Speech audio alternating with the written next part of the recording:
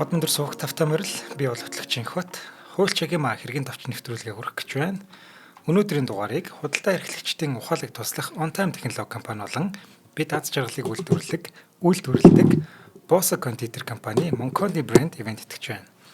Нэвтрүүлэг та бүхэнд YouTube-ийн од өндөр суугаар болон NTV телевизээр мөн 83.3 107 стилгэний од өндөр дугаар хүрч байна. За өдрийн мэндагий. Өдрийн мэнд хүргэе. За хоёул ч өмнө нэг дугаар хийцэн байгаа тийм. Jeffrey Epstein-ий холбогдоод байгаа нэг насанд хүрээгүй жоох хүүхдүүдийг sex traffic буюу одоо хүний наймаа худалдаанд оруулдаг, биеийг нь үнэлүүлдэг, хөдөлмөрийн мүлжлэг хийдэг зэрэг томоохон дэлхийд дахинд шууган тарьсан скандалын талаар нэг дугаар бол хийцэн байгаа.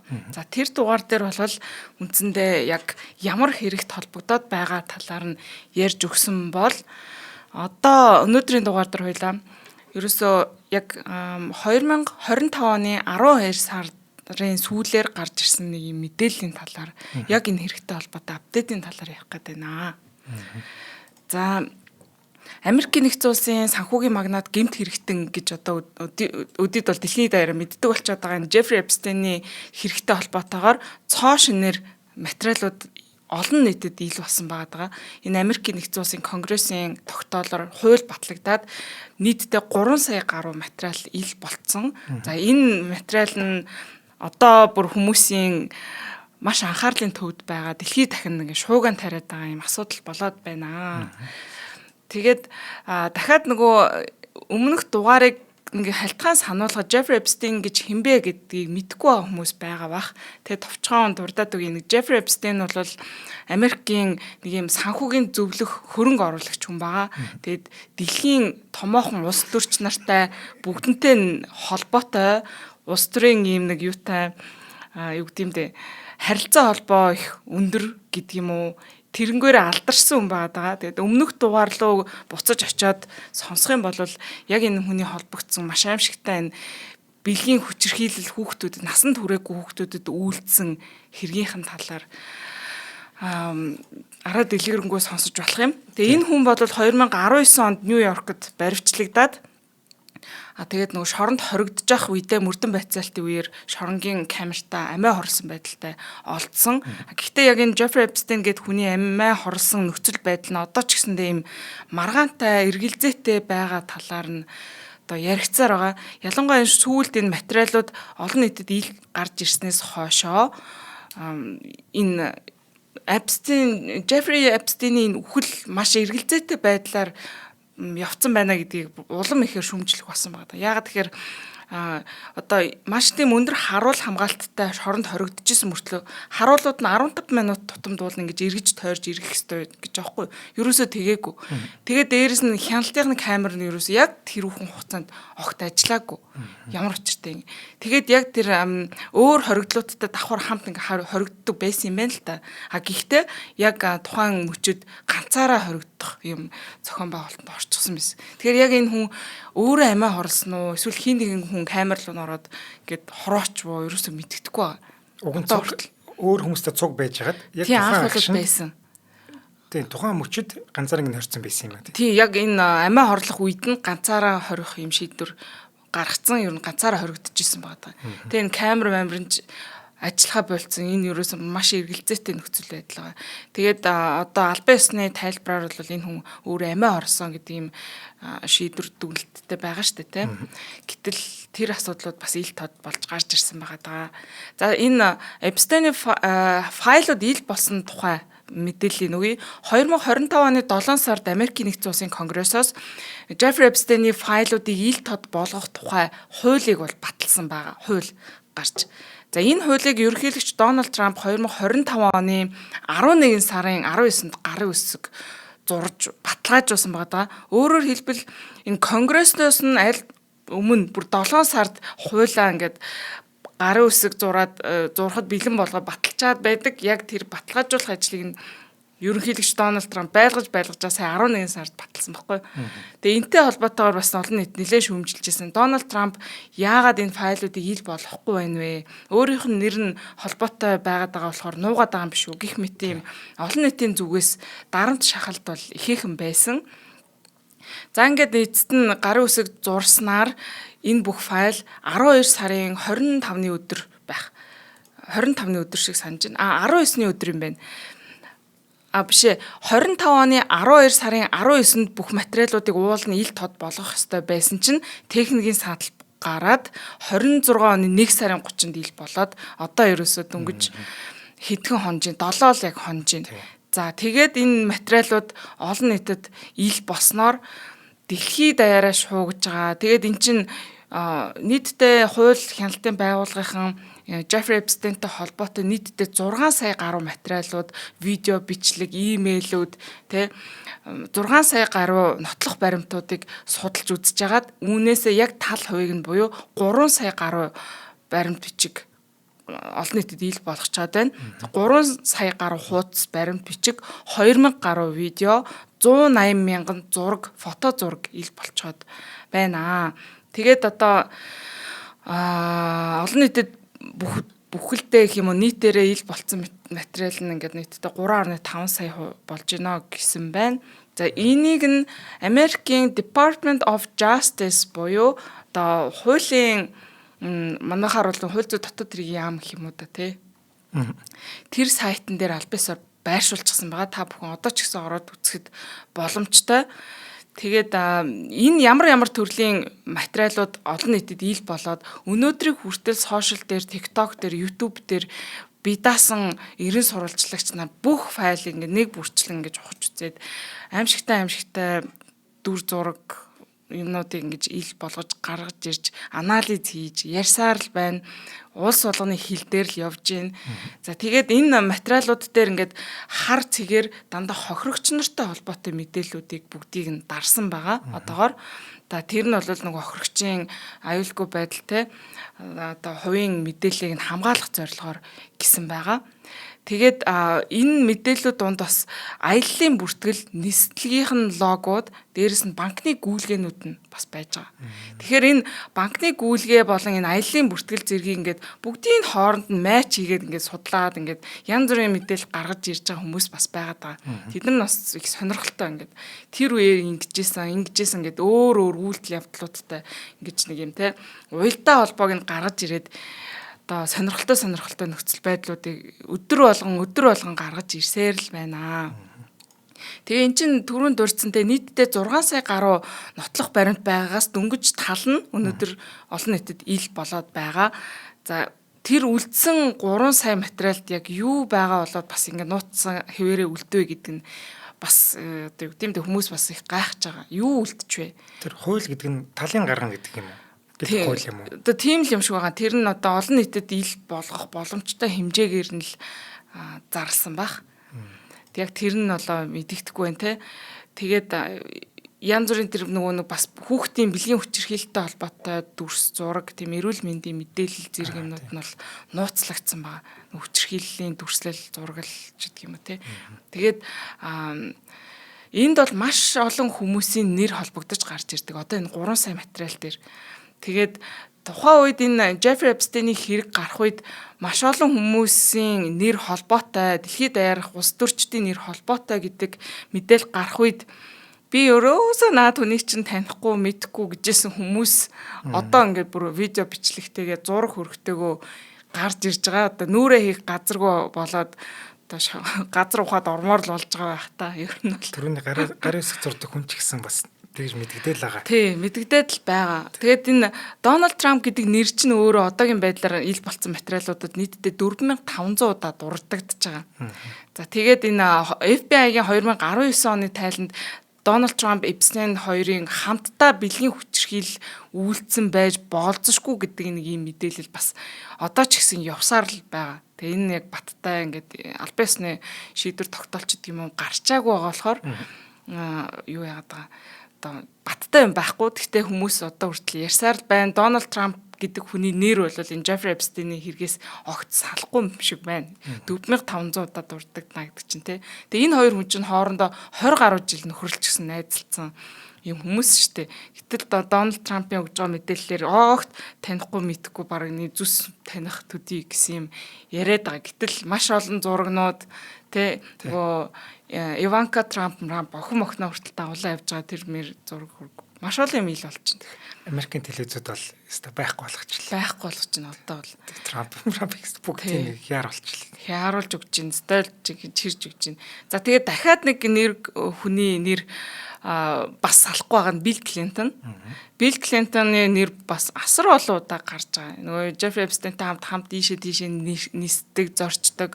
Тэгээд нөгөө залуу охтуудтай одоо уулздаг, захиалдаг болох нь бүр ингээд нөгөө 2013 оноос хойш имэйлүүд дээр нь гарч ирсэн байна. Тэгээ Орос охтууд захиалж уулздаг байсан гинэ. Тэгээ тэр имэйл зэлээ тэр бүр олон нийтэд ил гарч ирээ шившгээл тарьж байна да. За тэгээ үүнээс гадна шившгээ тарьсан бас нэг хүн бол Билл Гейтс байна. Амар энэ хүний тухай энэ юу бол мэдээлэл бол амар. Энэ 2013 оны имэйлүүд дундаас энэ Билл Гейтс гэр бүлээс гадуурхын харилцаанд энэ Джеффри Эпстейн одоо эргэн тойрны тэр охтуудтай хамт ингэж зугаацж агаад тэгээд нэг Орос охтоос ингэж халдвар аваад энэ бэлгийн замын халдварт өвчин авсан байгаа юм. Тэгээд тэр нь бол энэ имэйл баримтуудаар гарч ирж байгаа шиг байна.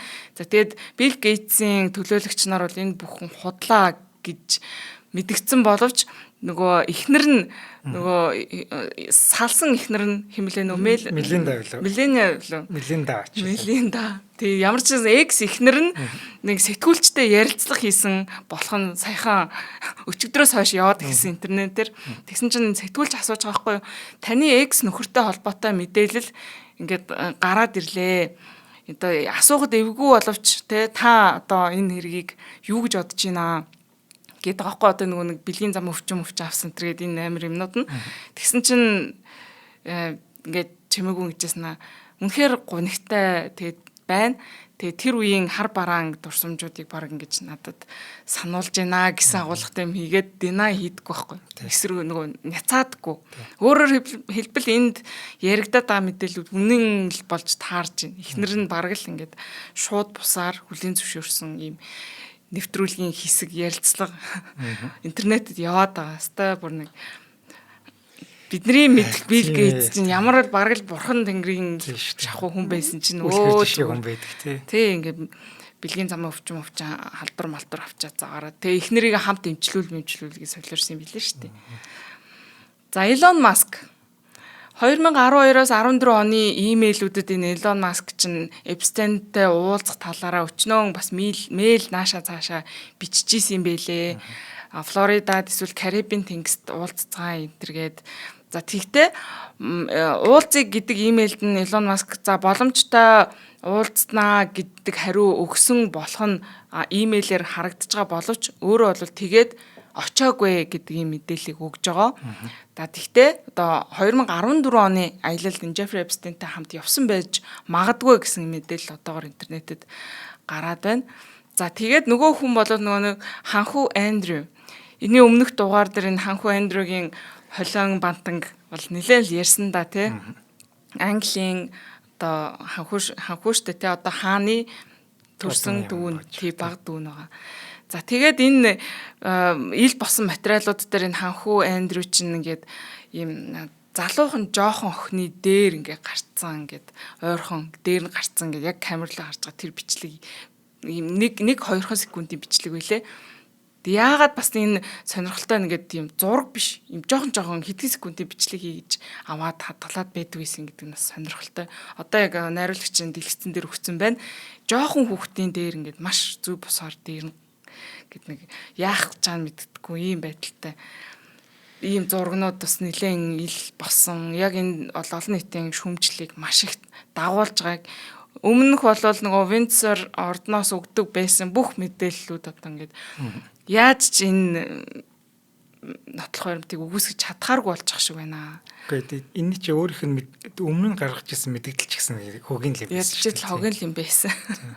Тэгээд энэ Ханху Эндрюд хүчндүүлсэн гэсэн юм хохирогч нар бол нилээдгүй гараад ирсэн байгаа шүү дээ, тэ. Тэгээд энэ ингээд нотлох баримтаараа гараад ирж явах шиг байна. За хоёлаа нэвтрүүлгийн хамтран ажиллагч танилцуулъя. За өнөөдрийн дугаарыг худалдаа эрхлэгчдийн ухаалаг туслах On Time технологи компани ивент итгэж байна. За On Time нь хүнсний дэлгүүр худалдаа эрхлэгчдэд зориулсан кассинг програм касын тоног төхөөрөмж оруулж ирдэг. Касын тоног төхөөрөмжийг үйлчлэгээ үзүүлдэг. За on time нь эм банктай хамтран шимтгэл багтай карт уншигч, за эргэлтийн хөрөнгийн зээлийг онлайнаар олох үйлчлэгээ бас үзүүлж байгаа. On time-ын гол онцлог нь хэрэглэгчдийн өдөр тутмын үйл ажиллагааг нарийн судлаад тэдний хэрэгцээнд бүрэн нийцсэн бүтээгдэхүүн үйлчлэгээ санал болгохоор бусдаас ялгардаг юм байна. За on time-ын програмыг Монгол орон даяар байдаг 6, 8 нэрийн хүнсний дэлгүүрүүдийн 50% буюу 2 дэлгүүр тутмын нэг нь ашигладаг юм байна. Тэгээ энэ бол нэлээд өргөн хэрэгэлт юм байна те. За on time-ыг сүүлийн 6 сар хэрэглэж байгаа бол 100 хүртэлх сая төгрөгийн зээлийг ямар ч материал бүрдүүлэхгүйгээр банкнд очихгүйгээр байгаа газраас M-Business аппликейшнээр авчих боломжтой байна. За энэ бол эргэлтийн хөрөнгө яг дутцсан үед бол маш хэрэгтэй үйлчлэг байж байгаа. За мөн тус аппликейшнаас шимтгэл банктай банкны карт уншигчаа захиалж байгаа газараа хөргүүлж авах боломжтой. За хараахан on time касын програмыг хэрэглэгч болж амжаагүй бол on time гэсэн Facebook утас руу чат бичгэд хангалттай юм байна. За дэлгэрэнгүй мэдээллийг 7777 34 44 дугаар утаснаас авах боломжтой. За баярлалаа. За баярлалаа. За тэгээд ийхүү ил болоод байгаа материалууд дээр одоо янз бүрийн бие даагч судлаач нар ч гэдэг юм уу маш олон хүмүүс ажилласаар байгаа. За тэгээд энэ материалууд ил болоод одоо 7 хоног энэ хугацаанд нэг алдаа гарсан байгаа. Тэр нөгөө уул нь хуулийн дагуу бол хохирогчдын нэр ус мэдээллийг нь нууж ингээд харлуулаад дарцсан байх хэрэгтэй байсан шүү дээ тий. Тэгсэн чинь 31 хохирогчийн мэдээлэл нь дарагдаагүй байгаа болох нь ил болоод.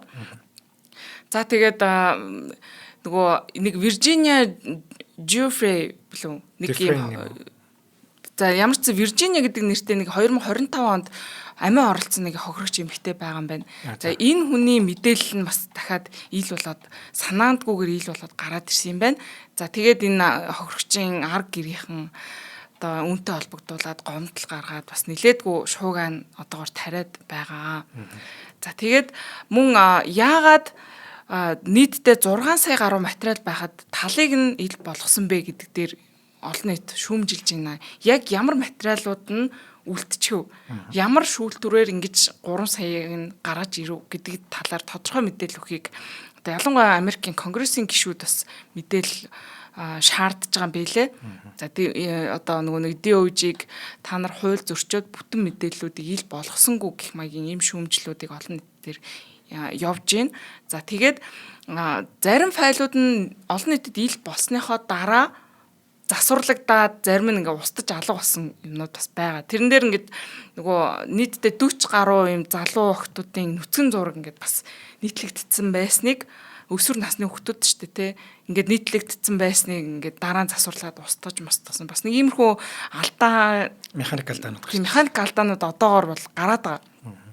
Долоод дөнгөж хонж байгаа болохоор тий тэгэл хүмүүс энийг чи бүр ингээд нэг бүрчлэн үзэл маш их юм болж юм л та.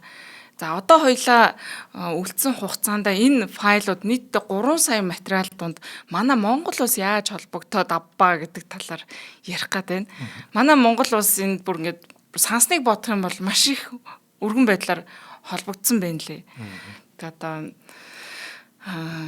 дэлхийд даяар юм шуугаан тариад байгаа юм маш муухай бузар булаа хэрэгтэй. Яаж ижгаад бүр манай улсын 2 ерөнхийлөгч асан хүний нэр маш ихээр гарч ирсэн байна. Яг маш их жоох. Ер нь бол нилээдгүй дурддагдаад нөгөө имэйлүүд нь ил болсон шүү дээ, тийм. Энэ хүний харьцдаг байсан хүмүүс нь манай 2X ерөнхийлөгч байгаад байгаа байхгүй юу? Өөрсдөө биш дандаа зөвлөхүүдээрээ дамжуулдаг байсан юм байна. За энэ дээр манай Монгол улс ерөнхийдөө ямар байдлаар холбогдсон бэ гэдгийг нэг юм ерөнхий байдлаар нь хэлээд өгье. За Jeffrey Epstein Израиль Монгол улс хоёрын энэ хоёр улс манай хоёр улсын хоорондын нэг аюулгүй байдлын гэрээг нь зуучлах юм үүрэг гүйцэтгэсэн гинэ. Манай улсыг Израиль улстай байгуулахын гэрээний энэ юу гэж харин тийм. За энэ Epstein 2013-аас 2017 онд Израилийн ерөнхий сайд асан Барактай хамтраад Монгол улстай нэг аюулгүй байдлын хамтын ажиллагааны гэрээ байгуулахад зуучлагчийн үүрэг гүйцэтгсэн гэсэн байна. За тэгээ энэ ямар агуулгатай гэрээ байсан гэхээр Израилийн одоо тагнуулын технологи зөв зэвсэг нийлүүлэлт за энэ дээр нь одоо янз бүрийн тийм өндөр наривчлалтай их буу тийм нэг бас мэдгүй нэг бахан технологи техникийн нэрнүүд байна лээ. За тэгээ агаарын товтлогооноос хамгаалах систем гэх мэт ийм тагнуулын чиглэлийн аюулгүй байдлыг хамгаалах ийм технологиг Монгол улсад нэвтрүүлэх чиглэлийн гэрээ хэлцэл байсан юм байна. За 2017 онд Улаанбаатар хотод одоо энэ гэрээ Израилийн болон Монголын аюулгүй байдлын албаныхан уулзаад за тэгээд энэ онцгой байдлын үйлчилгээний дэвшилтэд энэ технологийн талаар гэж хамтын ажиллагааны гэрээ байгуулсан юм байна. Үүнийг нь зуучилж өгсөн гинэ.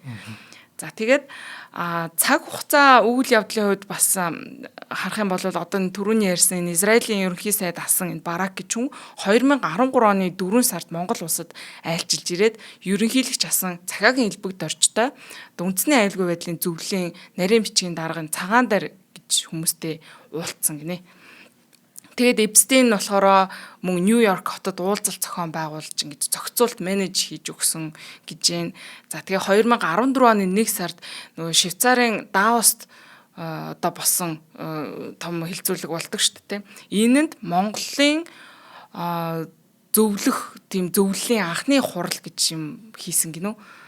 Тэр талаар би сайн мэдэхгүй байна. Ямар ч л гэсэн энэ тэр Давост болсон хурлын үеэр бас менеж зохион байгуулалт хийж ингэж хүмүүсийн хооронд нь холбож өгсөн. За үүнд нь манай ерөнхийлөгч асан захаагийн элбэгд орж оролцсон.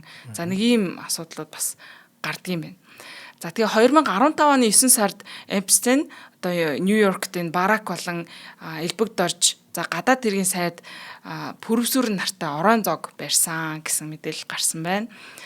За тэгээд за имэйлээр одоо энэ бүх харилцаанууд нь ингэж гарч ирээд байгаа шүү дээ, тэ. Юу болсон бэ? Хизээ яасан бэ? Мэдээж энэ манай ерөнхийлөгч асан бол өөрөө шууд харьцаагүй дандаа зөвлөхүүд нь одоо бүр сүрэн гэж хүн одоо өөрөөс ерөнхийлөгчийн нэрийн өмнөөс харьцаад ингээд зохион байгуулалтын асуудлаар ярьжсэн жишээний. За элбэг доржийн хувьд бол яг ийм л асуудал төр нэр нь холбогдож гарч ирдэг. За Монгол дахь Facebook, сошиал дээр энэ талаар маш буруу худлаа мэдээллүүд явж илээ. Бараг л нөгөө элбэг доржгааг нэг хүүхдүүд өргөж аваад цаашаа зарсан ч юм шиг аягүй сонио эргэлзээ төрүүлэхээр худлаа мэдээллүүд маш их явж илээ. Ерөөсөө элбэг доржгойтой холбоотой мэдээлэл бол иймэрхүү байдлаар орсон байна. За бас ер нь бол энэ Эпстейн чинь Монгол улсын засгийн газарт бас нэг юм зөвлөх үйлчилгээ маяг юм хийжсэн юм шиг байгаа юм. За тухайлах юм бол төрийн өмчийн харилцаа, төрийн өмчийн сан, за уул уурхай тийм институцийн шинжилэл хийх зэрэг асуудлууд дээр ингээд зөвлөх үйлчилгээ хийгээд төрийн албан тушаалтнуудтай харьцаад явдаг байсан юм шиг байна. За тэгээд ер нь энэ хүн манай Монгол улсыг өөр одоо эрх бүхий хүмүүсийг өөр албан төрийн Америкийн ч гэх юм уу ингээд хүмүүстэй холбож өгөх асуудлыг нилээдгүй ярьж исэн юм шиг байна. Америкийн нэгдсэн улсын сангийн яамны сайд байсан энэ Larry Summers гэдэг хүнтэй Монгол улсын энэ ерөнхийлөгч байсан элбэг доржийг жишээлбэл холбож уулзуулах талаар имэйл энтер явуулж исэн. За бүр тэгээд энэ ерөнхийлөгчид зөвлөх тийм зөвлөл гэж юм байгуулад энэндээ одоо Larry Summers-ыг татан оролцуулах гэх маягийн иймэрхүү юмнууд бас хийгээд явж исэн байна. За тэгээд энэ тэр нөө саяын дурдсан тэр ерөнхийлөгчд зөвлөх зөвлөл гэдэг шүү дээ, тэ. Энэ дээр одоо зөвлөлийн гишүүдэд нь Jeffrey Epstein өөрөөсөө нийтдээ $650 мянган зарцуулсан болох нь ил болсон байна. Нийтдээ хэдэн хүн байсан юм те, энэ 1 2 3 4 Норвегийн ерөнхий сайд байсан хүмүүс ч явж байгаа шиг нэг ямар ч гэсэн ийм зөвлөл энтер байгуулад ер нь манай хүмүүстэй нэлээд ойр байсан гэдэг нь харагдаж байгаа. Тийм байна. За тэгээд мөн нэг юм асуудал байдаг. Чи хэрвээ санаж ивэл нөгөө нэг хэсэг нэг төрийн засгийн газрын баталгаатай coin гаргая гэдэг асуудал нэг хэсэг ярьж шуугжсэн. Чингис coin гэж гаргая маргая гэдэг. Чингис coin гэсэн чайлтаа ороод ирлээ. Тий.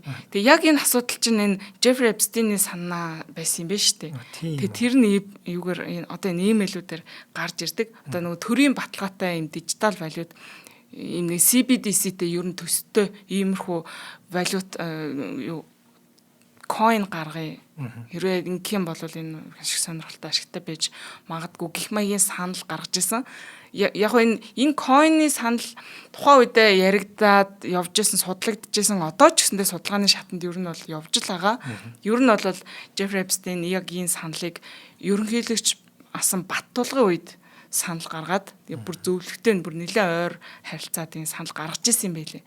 Тэгээ Монголыг бол ингээд ерөөхдөө юм татврын деважин тийм офшор бүс болгох ийм сонирхол энэ хүнд байсан гэдэг нь харагддаг.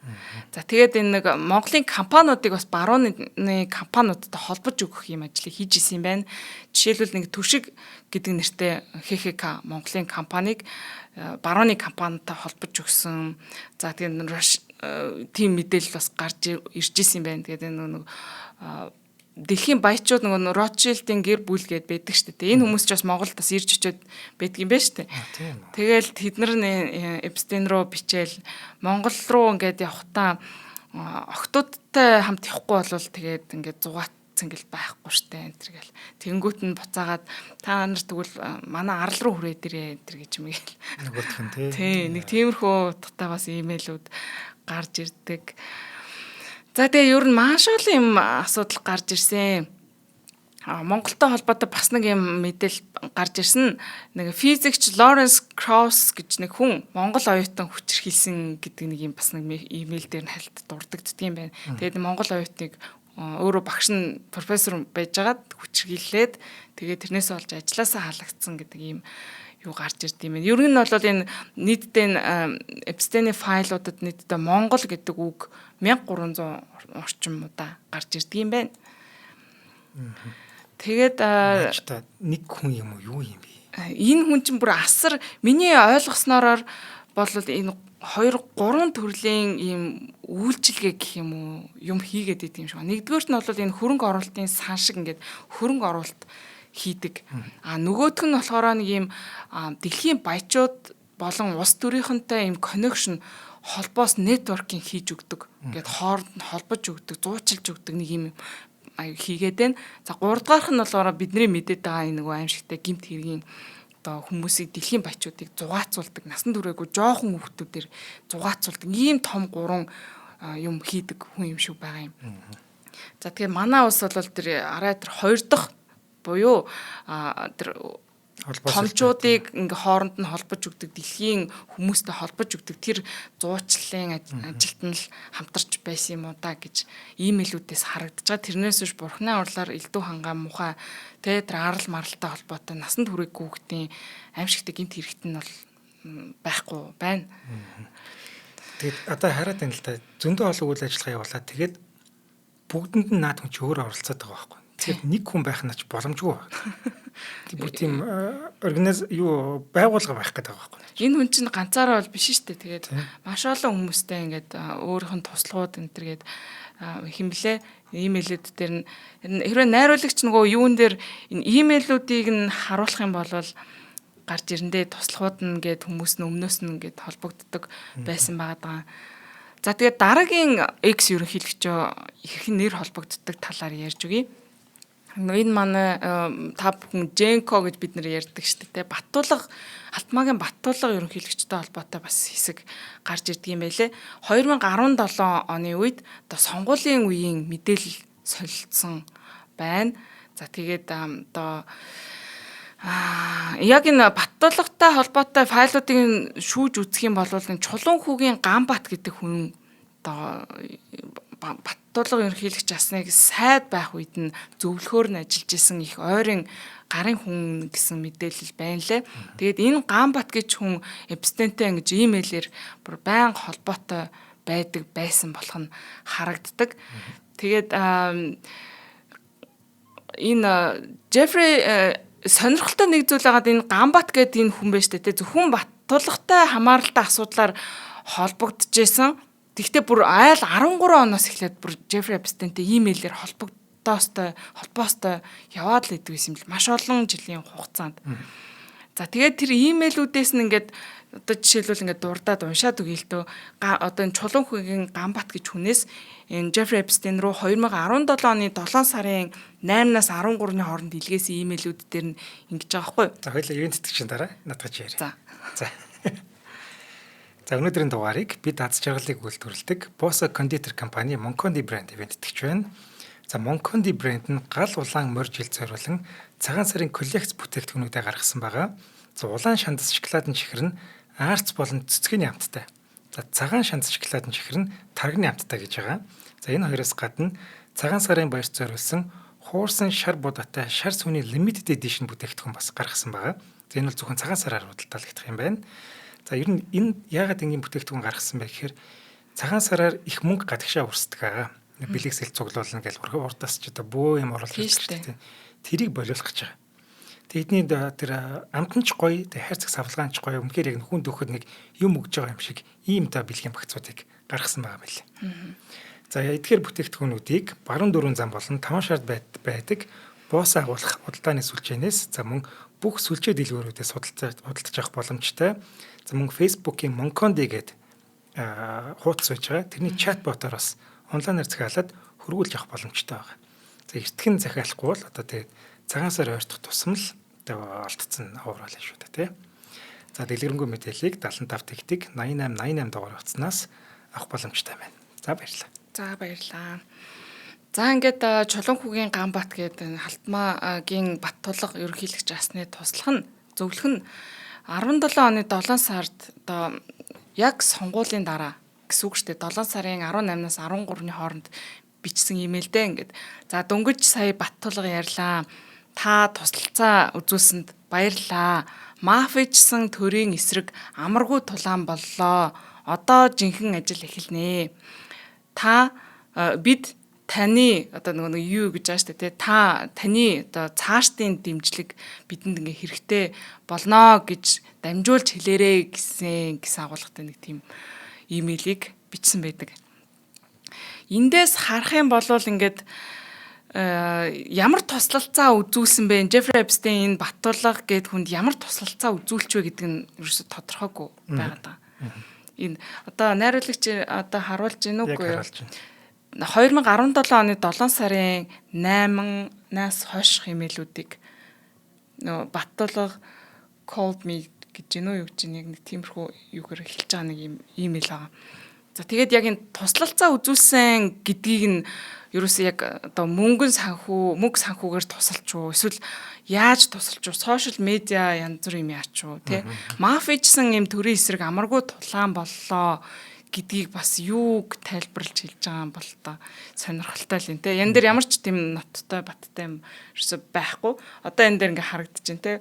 Баттулга гэл нэрийг нь дурдж байгаа л ингээ яг энэ sorry for radio silence гэдэг ингээ сонгуулийн үеэр байгаа тах шиг байгаа юм. Тэгээд ингээ хэсэг хугацаанд алга болцсон. Тэгээд сонгуул ингэж явж гинэ гэд яг сонгуулийнхаа явцын талаар маш их мэдээллийг Jeffrey Epstein-д өгсөн байдаг. За тэгээл нэг our guy гэл нэг нэр дэвшигчигээ те ингэжэн тэгжэн гэд ингээд мэдээллүүдээ байн өгж явсан байдаг. За тэгээд энэ Ганбатны зүгээс тэгээд ингээд нөгөө Эпстейний энэ Монгол улсад офшор бүс байгуулах энэ санааг нь урагшлуулах те Монголын төрөөс энэ баталгаа гаргасан энэ coin гаргах. Тэгээ энэ койноо Чингис coin гэд нэрлэлжүүлгээд байгаа байхгүй. Чингис coin гэдэг нэр яалтчгүй одоо энэ файлууд ингэж дэлхийн нийтэд зарлагдахаас өмнө сонсч ирсэн те бид нар яг энэ яриа сошиал дээр яваад өнгөрсөн. Тэгэхээр энэ үед 17 оны үед нэг иймэрхүү яриа бол ямар тач гэсэн болоод өнгөрсөн юм байна.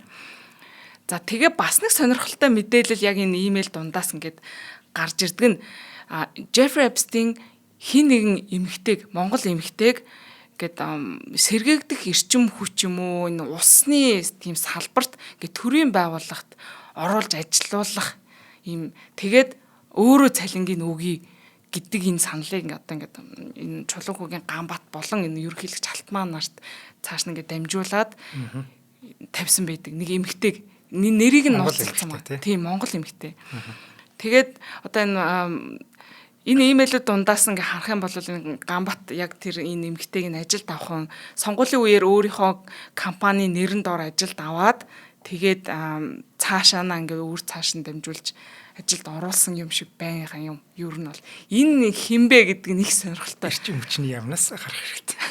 Тэгэхдээ яг хаашаа орсон бэ, хаашаа ороод ажилласан бэ гэдг нь бол огт тодорхойгүй байгаа. Ямар ч тач эмгтэй ажилд орсон. Сэргийлэх эрчим хүчин дээр ажиллаулъя гэсэн шүү дээ. Тий. Сэргээгдэх эрчим хүч ч юм уу, усны салбарт гэдэг байгаа байхгүй юу? Тэгээд ингээд Mongolia based ч юм уу, America based юм байх нь хамаагүй. Тэг би бол цалингийн өгчин. Тэг хамгийн гол нь наад энэ хүн ингээд нэг мэдээлэлд их ойрхон байх хэрэгтэй. Тагнуулт явах гэдэг тий. Мэдээлэлд ойр байх хэрэгтэй гэсэн ийм агуулгыг Jeffrey Epstein хүсдэг. Тэгэхээр нэг чулуун хүүгийн Гамбат гээд энэ хүн өөдөөс нь те ингээд би компанийнхаа нэрийн доор ингэж авч ажиллаад тэгээд ингээд ер нь бол бид нар ингээд сонгуулийн компанид ажил юмнуудад байнга ойрхон мэдээлэл дээр ажиллах учраас таны хүсэж байгаа тэр мэдээлэлд ойрхон байх болно энэ гэж юм. Наа чи маш ноцтой юм явчлаа шүү дээ. Яа тэгэхээр хэрвээ ажилд авцсан бол тагнуул ажилд авсан байна гэдэг нь үүгээр нотлогдчих шүү дээ. Тий, албан тушаал 8 альцсан юм уу? Яг яасан бол тэгээд яг хин гэж эмгтэйг яасан. Одоо энэ манай тагнуулынхан бол эдгээр мэдээллийг бас ингээл чип төр харж байгаа шиг харж л байгаа шүү дээ. Тэгэхээр энэ дээр эрхвиш нэг шалгалт хийж байгаа байлгүй дээ. Энд чинь бас дөнгөжл задраа 7 хонжийн. Тэгэхээр одоо үнэхээр Epstein-ээс цалин аваад ажилдаг. Манай төрийн дайлныг байгуулахад ажилдаг тийм эмэгтэй байсан уу? Тэ гадны ихэх Америкийн тийм том сургууль төгссөн тийм мундаг эмэгтэй байх ёстой юм шиг байгаа юм. Миний таамгаар Epstein үхснээс хойш баригдснаас хойш ч юм уу орлого нь эрс буурсан хүн л байж таарах гэдэг л. Орлого зарлагын юуг нь харьцах юм л да. Тэгээд нэг иймэрхүү харилцаа ингээд байсан болох нь их сонирхолтой байдлаар гарч ирж байгаа. Тэгээд ямар амар хүн бэ наадах ч үү. Ямар ядаргаатай юм бэ тий. Тэг бүр сонгуулийн үеэр хүртэл ингээд тэр юм бүр хянаад тэг ямар туслалцаа үзүүлч вэ гэдэг нь маш сонирхолтой байна. Энийг одоо манай хууль хүчнийхэн бас харж ханд шалгаж байгаа л байх гэж би бодож байна. Эрхвиш ингээд дараа орхгүй байлгүй дээ. Дараач дээ тийм ээ. Тэгээ ингээ харах юм бол тэгэл ингээд ерөнхийлөгч ингээд сонгуульд ялаад гараад ирчихэж байгаа. Тэгэл өгж байгаа мэдээлэл нь одоо ингээд яг бид нар юугээ ерөнхийлөгчийн захиргаа тамгын газраа бүрдүүлж гинэ гэл тэгээ мэдээлэл өгөөл ингээд одоо харин тийм тайлан тавиал тийм. Хөлбөтөн Монгол улсын ерөнхийлөгчтэй энэ чинь төрийн тэргүүний юмыг ингээд нэг юм хүнд ингээл имэйлээр бичээл яваад л байсан юм байна. Тэгээ хэнийг ойртуулах уу, хэнийг яах уу? Тэгээ ямар хүмүүс гарч ирж гэн яах вэ ийх үү. Тэгээ энэ Гамбат гэдэг энэ залуу бол ер нь би фэйсбુક дээр бас хайж үзлээ. Залуу хүн юм билээ шүү дээ. 73 оных ч лөө. Тэгээд улсын хурлын Баттулгыг улсын хурлын гишүүн одоо байгаа. Замтайвар барилга хот байгуулалтын сайдаар ажиллаж байхад нь зөвлөхөөр нь ажиллаж исэн. За тэгээд энэ төмөр замын авилгын эрхт холбогдоод мөнгө угаасан, хөрөнгө завшсан гэдэг үндслээр Интерполоор ерэн сурвалжилж исэн юм байна. Энэ залууг. За тэгээд энэ ерэн сурвалжлагдж явах хугацаанд ч гэсэндээ энэ Jeffrey Epstein-тэй маш идэвхтэй холбоотой байсан гэдэг энэ имэйлүүдээс цаг хугацааны хувьд бол харагдаж байна. Гэхдээ одоо энэ мэдээж энэ дурддагдаад байгаа мэдээллүүд нь тэр Jeffrey Epstein-ийн холбогдоод байгаа энэ аимшигтай гэмт хэрэгт хамааралтай гэсэн үг ерөөсөө биш шүү дээ, тийм ээ. Ерөөсөө тийм юм биш шүү. Одоо амар дуртагаас ч аимшигтай тэр гэмт хэрэгт холбоотой гэсэн үг ерөөсөө биш шүү. Энэ дээр бас буруу зөрүү ойлголт хүмүүс авах бай, те. Бизнесийн ч гэдэг юм холбоо харилцаа тиймэрхүү л байсан байх. Одоогийн байдлаар бол зөвхөн имэйлүүд л байгаа. Тэрнээс өөр ямар ч асуудалтай холбоотой гэсэн юм байхгүй шүү. Тийм. Яг нотлогдсон бидэнд яг харагдаж байгаа материалууд дээр тэр аюултай юм дээр байхгүй байна. Тийм юм бол байхгүй. Ямар ч манай Монголын өөр хүмүүс одоогор бол байхгүй байна. Магадгүй тэр үлдэгдэл 3 сая дээр нь бас ямар материалууд гарч ирэхийг бол мэдэхгүй байна.